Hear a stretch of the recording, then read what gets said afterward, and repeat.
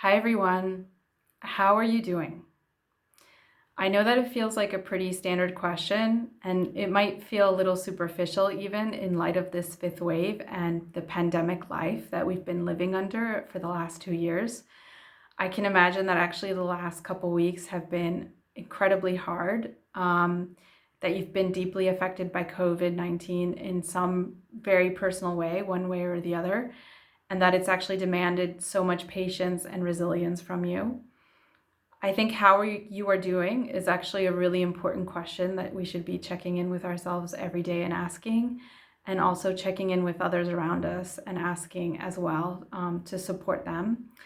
And it's one that I'm actually asking you to tell us more about right now, how you're doing.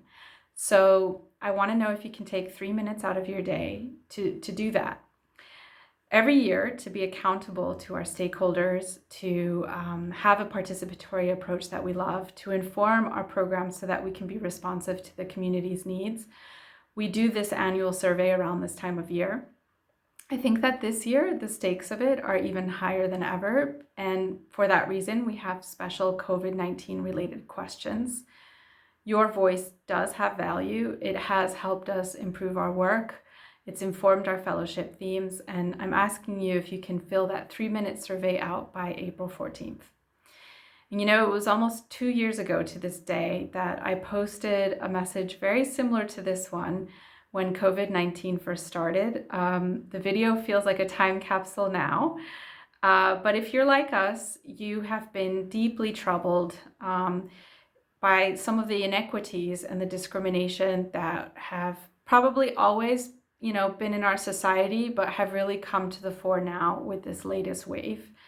We have more resolve than ever to try to bring about a more inclusive Hong Kong for tomorrow. Sometimes it can feel incompatible to hold space for acknowledging the hardship, but also to keep hope. And I do think it's important, and it is something that we can do hand in hand.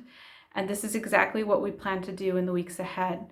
So Resolve is releasing Step Up Now campaign, where we're going to be telling you stories from our community about how people are stepping up their efforts to support our community, and also giving you tips on how you can do that as well and be an ally and an active bystander to marginalized groups through your everyday actions during this time. Many of us in Hong Kong, we've been hungry to have a roadmap for recovery for quite some time now. I think this week we saw a glimmer of that. And this kind of need for long-term visioning is true in the social inclusion space as well.